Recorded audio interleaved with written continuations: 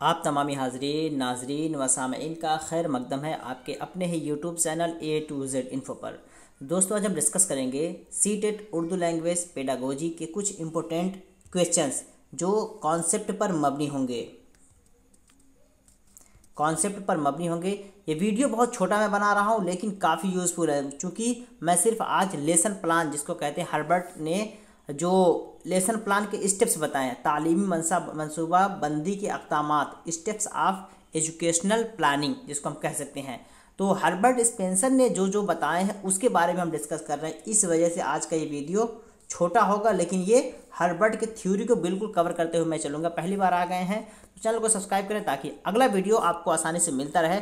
चलिए डिस्कस करते हैं, ध्यान से देखें, इसमें थ्योरी और साथ ही साथ हम क्वेश्चन भी करने की कोशिश करेंगे ताकि आपके कॉन्सेप्ट्स आपके आसानी से क्लियर हो सकें। तो यहाँ पे हम देखते हैं, पहला जो है सबसे पहले फ्रेडरिक हर्बर्ट ने तालीमी मनसूबा का खाका पेश किया और उसके दर्ज झेल 5 अक़दामात बताए हैं। तो फ्रेडरिक हर्बर्ट ने किसने अक़दामात बताए हैं तालीमी मनसूबबंदी के, यानी एजुकेशनल जो आपके प्लानिंग है, स्टेप्स हैं, उनके जो बताए हैं उन्होंने वो 5 है। वो पहला क्या है, तमहीद व तरगीब। इन सभी की अभी हम तरतीबवार डिफिनेशन देखेंगे। तमहीद व तरगीब जिसको बोलते हैं इंडक्शन या मोटिवेशन, और उसके बाद है पेशकश प्रेजेंटेशन, मुआजना और ताल्लुक़ कंपैरिजन एंड एसोसिएशन, तामीम जनरलाइजेशन, 5 जो है इआदा की मश्क यानी रिकैपिचुलेशन। ये बिल्कुल आपको याद होंगे, और जो बच्चे मौलाना आज़ाद नेशनल उर्दू यूनिवर्सिटी से किए हैं उनको तो बिल्कुल ये सारी चीज़ें आसानी से समझ में आ रही होंगी, चाहे वो किसी सब्जेक्ट से भी बीएड किए हों, डीएलएड किए हों, ये उनको आसानी से समझ में आ रहे होंगे। लेकिन जो किसी और यूनिवर्सिटी से किए होंगे जहाँ पे मीडियम आपका हिंदी रहा होगा, उनको थोड़ी दुश्वारी हो सकती है। बट इंग्लिश के बच्चे भी जहाँ इंग्लिश मीडियम में जो लेसन प्लान बनाए होंगे उनके लिए भी आसान है। समझते हैं ये पाँचों के अंदर क्या क्या बातें होती हैं और इनका रोल क्या। पहला हम देखते हैं तमहीद व तरगीब। तमहीद व तरगीब ये पहला स्टेप है। क्या है, इस कदम के तहत ऐसी तदाबीर की जाती हैं, यानी ऐसा कह सकते हैं प्लानिंग की जाती है कि आमोज़गार जो आपका अधिगम करता है, सीखने वाला है, ठीक है, आमोज़गार को नए सबक को सीखने के लिए राग़िब किया जाए, यानी सीखने वाले को तैयार करते हैं आप, उसको मोटिवेट करते हैं खूब। तो बच्चों को मतलब नई नई चीज़ों के बारे में आप उससे पूछते हैं, सवाल करते हैं क्या है कैसे है, एक तरह के उसके अंदर दिलचस्पी पैदा करते हैं। तो ये चीज़ें होती हैं। नए सबक को साबिक़ा मालूमात से जोड़ा जाता है। इसमें यह तलबा को एहसास कराया जाता है कि पढ़ाया जाने वाला सबक उनके लिए मुफीद कारआमद है। तो आप लेसन प्लान मनसूबे सबक को ध्यान में रखेंगे तो सबसे पहले आप क्या करते हैं, तमहीद बांधते हैं, इंडक्शन आपका होता है। तो ये पहला स्टेज हो गया। दूसरा स्टेज क्या है, दूसरा स्टेज आपका है सबक, दूसरा जो है पेशकश यानी प्रेजेंटेशन। यह कदम यानी यह स्टेप मनसूबे सबक का सबसे अहम कदम है, यानी सबसे ख़ास कह सकते हैं ये हिस्सा माना जाता है। इसके तहत मुख्तलिफ तदरीस व आमोज़िश सरगर्मियाँ और तरीक़ा तदरीस अख्तियार करके सबक को दिलचस्प तलबा के सामने पेश किया जाता है। यानी ये पूरा जो आप बच्चों को पढ़ाते हैं, इंडक्शन के बाद मोटिवेशन के बाद जो पूरा आप बच्चों को पढ़ाते हैं वो बिल्कुल आपका पेशकश के अंदर आएगा। पूरा मवाद, पूरा आप कैसे समझा रहे हैं, कौन सी स्ट्रेटजी आप शिक्षण विधि अपना रहे हैं, इस्तक़राई है, इस्तख़राजी है, आगमन निगमन, इंडक्शन डिडक्शन, जो भी यूज़ कर रहे हैं वो सारी चीज़ें आप इसी में इस्तेमाल करेंगे। इस वजह से काफ़ी इंपॉर्टेंट माना जाता है, काफ़ी अहम माना जाता है। अगले पॉइंट की तरफ चलेंगे। अगला जो है मुआजना और ताल्लुक़। मुआजना और ताल्लुक़ में क्या है, यह तालिब इल्म नई मालूमात का पुरानी मालूमात से ताल्लुक़ कायम करता है, उनका मुआजना करता है और उस नतीजे में नई मालूमात को अख़ज़ करता है।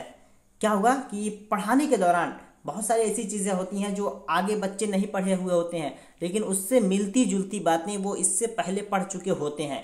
तो उससे मिलती जुलती बातें जो पहले पढ़ चुके हैं बच्चे, उसके जानिब इशारा करके बच्चों को बताया जाता है ताकि अपने साबिक़ा मालूमात यानी पूर्व ज्ञान की मदद से आने वाली जो बातें हैं उसको समझ सकें। तो ये आपका मुआज़ना एंड कंपैरिजन इसके अंदर आ जाएगा।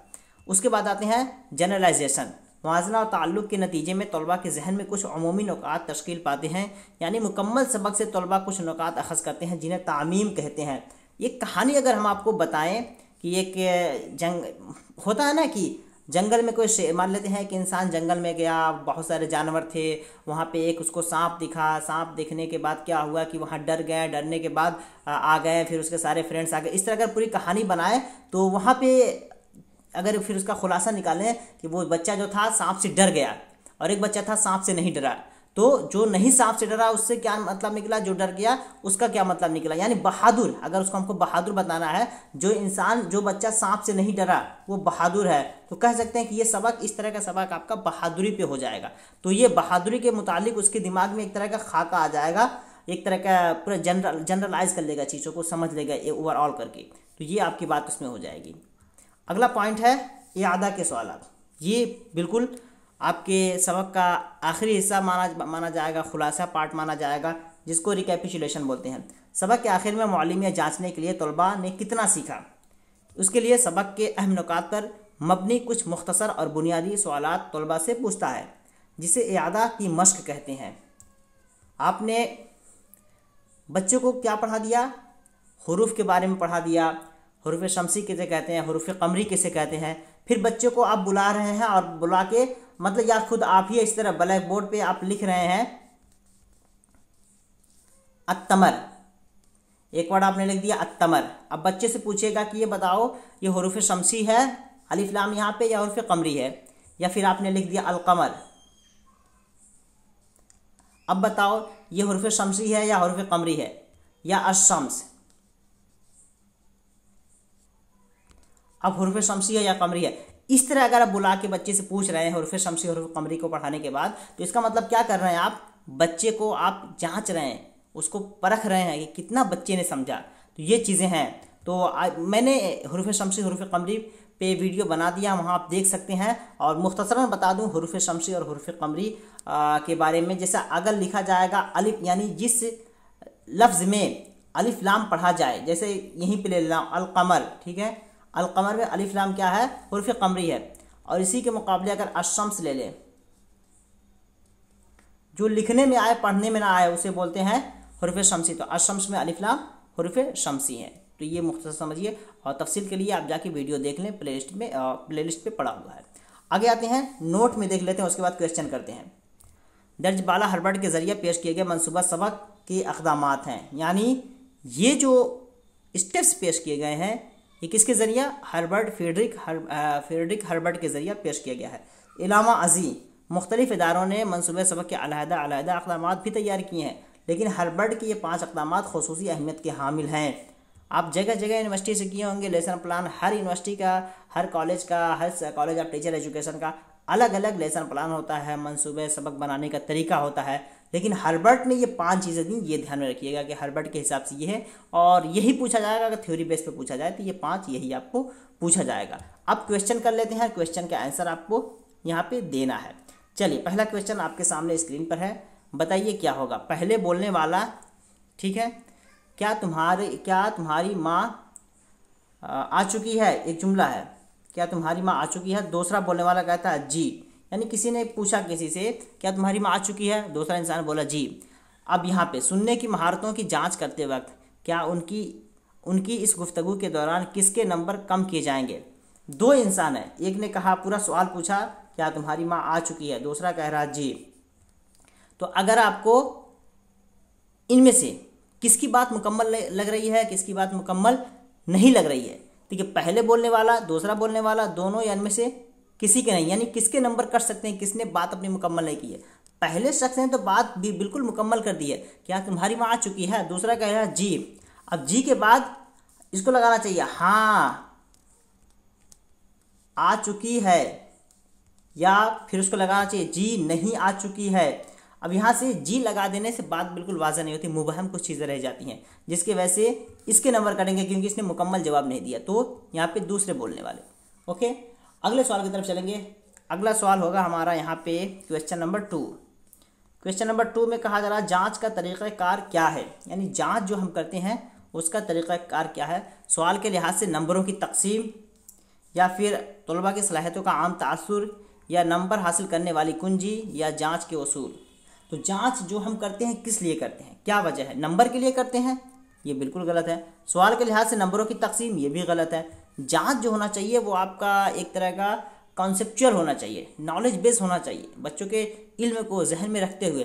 तो तलबा के सलाहियतों का आम तासुर, ठीक है, बच्चे के अंदर कितनी तब्दीली आई है, कितनी मुस्बत तब्दीली आई है, उसका हम जांच करते हैं कि बच्चे ने कितना सीखा।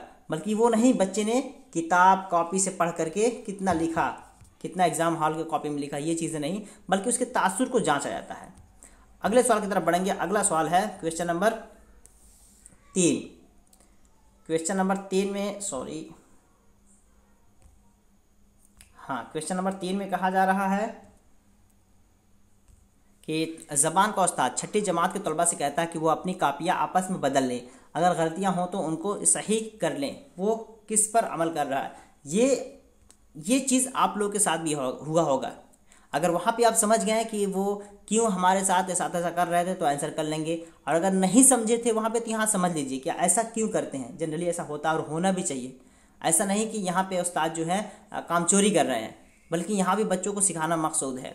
मिलजुल कर पढ़ने की मश्क, हमजोलियों की इस्लाह या फीडबैक की फराहमी। क्यों ऐसा उस्ताद ऐसा क्यों कर रहे हैं कि दो बच्चे अगर क्लास में आए तो दोनों की कॉपी एक दूसरे से बदलवा के कह रहे हैं कि तुम एक दूसरे की कॉपी चेक करो, जो गलती हो उसकी इस्लाह करो। हमजोलियों की इस्लाह, ठीक है, हमजोलियों की इस्लाह यानी वो एक दूसरे की इस्लाह करें, क्योंकि हो सकता है आगे जाके उन्हें भी टीचर बनना पड़े, तो ये नॉलेज तो होना चाहिए कि कॉपी कैसे चेक करते हैं। इस वजह से टीचर की जिम्मेदारी है कि उन्हें अभी से तैयार कर दें इन चीज़ों के लिए। तो हमजोलियों की इस्लाह बिल्कुल सही हो जाएगा। कुछ लोग फीडबैक की तरफ जाएंगे, लेकिन फीडबैक इसका आंसर नहीं होगा। अगले सवाल की तरफ चलेंगे। अगला सवाल है क्वेश्चन नंबर 4 में कहा जा रहा है तशख़ीसी जांच का इस्तेमाल होता है। तशख़ीसी जांच एक होता है, तशख़ीसी जांच कह सकते हैं अपने आप में डायग्नोस करना, ठीक है, तशख़ीस करना, डायग्नोस करना उसको बोलते हैं, जिसको निदानात्मक बोलेंगे हिंदी में, निदानात्मक परीक्षण।